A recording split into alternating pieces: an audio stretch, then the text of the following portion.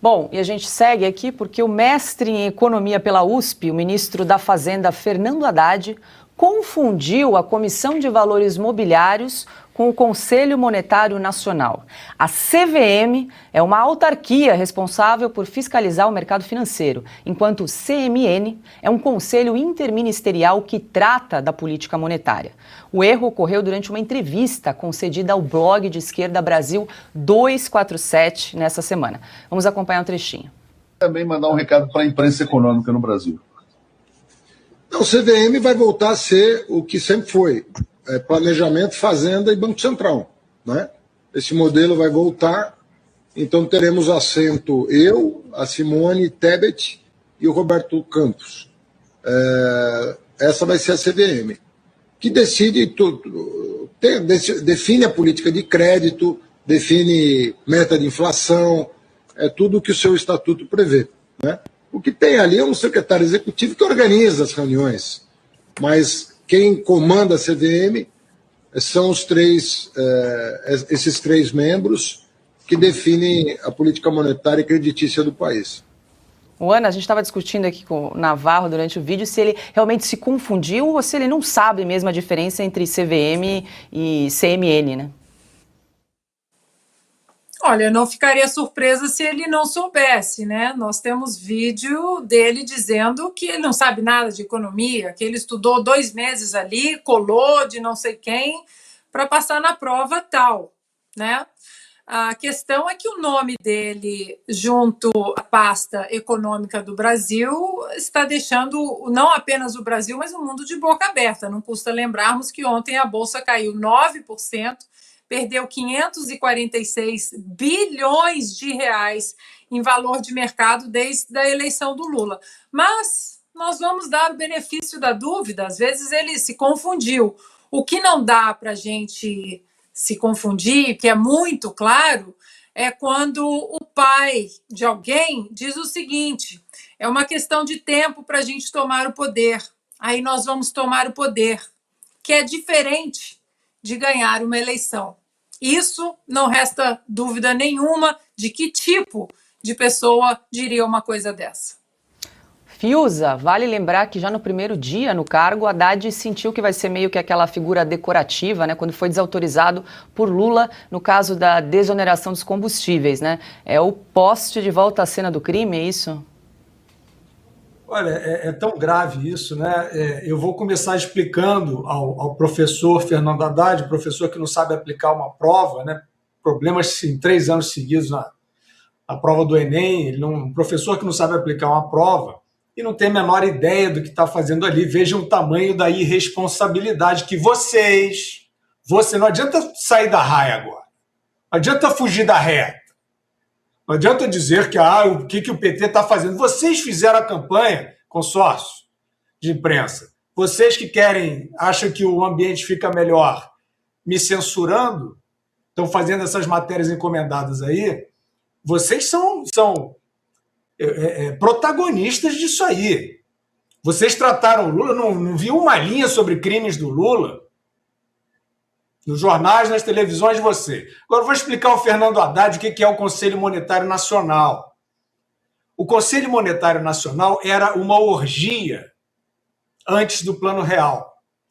A reforma do Conselho Monetário Nacional, transformando-no, de fato, num órgão executivo, e justamente onde se colocou o freio na gastança, na irresponsabilidade fiscal, foi fundamental para que o Brasil resgatasse, tivesse pela primeira vez uma moeda estável, como tem até hoje, essa que agora está se desvalorizando vertiginosamente, só pelo perfume dessas figuras aí, tipo Fernando Haddad. Então, é claro que o Fernando Haddad não sabe onde está, ninguém sabe onde está, esses irresponsáveis que querem calar a minha boca, são violentos. Vocês colegas, né, jornalistas e tal, estão fazendo essas matérias. Citei a matéria do Globo e a matéria do G1. Vocês querem me eliminar, porque isso aí que vocês fizeram, ou aplaudiram, não sei qual foi a ordem das coisas. Eu sei que tem uma materinha antes e uma materinha depois, dedicadas a mim. Então vocês querem me exterminar, é isso? Vocês acham que isso vai resolver o quê? O drama de consciência de vocês? Então, vocês apoiaram uma figura, um projeto, onde este Conselho Monetário Nacional vai estar em mãos que nem sabem o que ele é, mas sabem o que querem. Evidentemente sabem o que querem, que é a volta à orgia. Porque ali entrava uma equipe gigantesca desses parasitas fisiológicos, etc., padrinhos, afiliados, que iam colocando emendas ao orçamento, novas regras, excepcionalidades, que é uma coisa que está na moda no Brasil, inclusive na parte de censura, como nós vimos.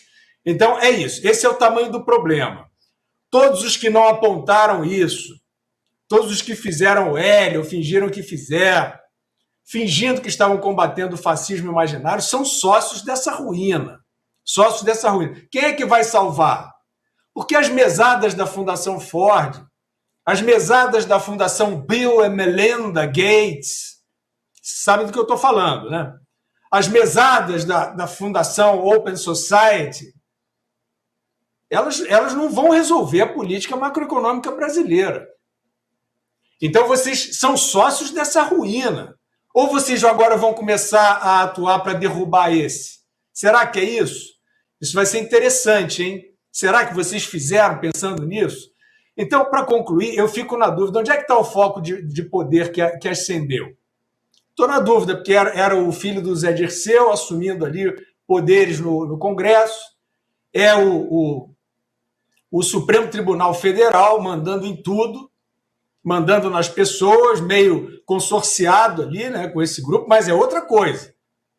Né? São poderes diferentes. E é o consórcio de mídia, apoiando, mas já dando uma rateada e tal. Onde é que está o foco de poder? Quem é que manda? Quem é que manda no país? Ninguém sabe, evidentemente, porque vocês acharam que bastava bagunçar, que bastava fazer o L da lambança e tirar a representação legítima, democrática, que vocês fingiram que era o fim do mundo, e assim estão querendo me estigmatizar. Vocês sabem muito bem quem é Paulo Guedes, seus cínicos. E nós assinalando as virtudes disso, e vocês agora querendo acabar com a gente, acabar comigo, acabar com a minha raça. Então vocês viraram o quê? A pergunta que eu faço é só essa: quem é que está no comando? Ou vocês agora vão brigar entre si? Porque o Jorge Soros não vai poder assumir a presidência do Brasil. Eu sei que ele ajuda. Eu sei que o Bill ajuda. Eu sei que o Rockefeller ajuda. Mas e aí? Quem é que vai sentar lá no leme? Quem é que vai fazer o serviço não tão porco para o Brasil não virar uma porcaria? Essa é a minha dúvida que eu exponho aí a vocês. E aí, Augusto, faz o L, né? A gente brinca, mas a situação tá grave, né? Olha, a gente tem que analisar, vale a pena analisar o quadro também pela lupa dos que sabem o que acontece ali nos labirintos, nas catacumbas do Congresso, porque esses aí podem expor a verdade, né? O ex-deputado Eduardo Cunha, ele diz o seguinte: o PT ele fingiu montar um ministério de União Nacional, imagina, e que reservou para o partido os 21 cargos mais importantes. O partido disse que são 11. 11 são filiados. Os outros 11 são devotos da seita da Missa Negra. 21. Os que sobraram, primeiro o Lula aumentou de 23 para 37, é isso? Não, eram menos. O importante é que ele aumentou para 37 para acomodar a turma. Botou esse negócio e está tendo problemas, porque, para usar o exemplo dado pelo Eduardo Cunha, vocês acham que os 51, 41, não sei o número exato, dos deputados do PSD vão votar a favor do Lula porque ele deu ao partido o Ministério da Pesca? Quem fica satisfeito com o Ministério da Pesca é Ideli Salvati. Comprava lanchas no mercado negro, né, para que o Ministério pudesse trabalhar. Quem fica contente com isso é o Zeca Dirceu. O que se pode esperar de um cara que o pai viveu com o pai não contou para a mãe quem ele era, o Zé Dirceu, quando ele se escondeu em Cruzeiro do Oeste, no Paraná, nem quando o filho nasceu. Pensem bem na cabeça de um cara que finge ser outro, se casa com uma mulher, aí estão invadindo a privacidade dele. Eles é que invadem a nossa. Eu estou dando um retrato psicológico. Então, um retrato da cabeça dessa figura. Imaginem-se casados com alguém, supostamente você sente algum carinho por essa pessoa. E aí nasce o filho, e nem assim você diz, olha, meu nome não é Carlos Eduardo não sei o quê, como ele se chamava. Meu nome é Zé Dirceu de Oliveira, então ele só contou isso quando veio a anistia. Corajoso. Entrou no Brasil para fazer a guerra no campo, foi fazer a guerra conjugal na cidade com outro nome. Ficou escondido até a anistia, fez outra cirurgia plástica aí para devolver o nariz original, restaurar o nariz original e, olha, eu sou o Zé Dirceu, estou indo para São Paulo, voltou para São Paulo para fundar o PT. Isto é Zé Dirceu. Esse eu conheço também de velhos carnavais, sabe? Infelizmente, para eles, sobretudo, mas também para mim, eu conheço essa gente há muito tempo e bem. E desafio qualquer dessas pessoas, se quiserem responder o que eu estou dizendo neste programa, já estão convidados, eu sei que vocês topam. Venham e digam o que quiserem sobre mim, vamos ver se tem alguma coisa equivalente. Porque eu vou dizer que quem age assim merece ter um filho como o Zeca Dirceu, e o Zeca Dirceu merece ter um filho como o Zé Dirceu. Eles se merecem. Aí voltamos ao ministério. Eles fizeram um ministério que não atende a ninguém. O Lula esqueceu uma regra fundamental, né, que é você ter alguma base no Congresso para não ter maiores problemas. Quem costuma ignorar isso? Geralmente, quem ignorou isso não tinha 50 anos, Jânio, Jango e Collor. O que criou a tal maldição dos 40 anos, presidente, para sobreviver, precisa ter mais de 50. Por quê? Porque não faz bobagem, não faz molecagem. Quem quebrou essa regra e mostrou que vale também a idade mental? Dilma Rousseff. Ela agiu como se fosse uma figura de jardim da infância no segundo mandato, caiu, impeachment.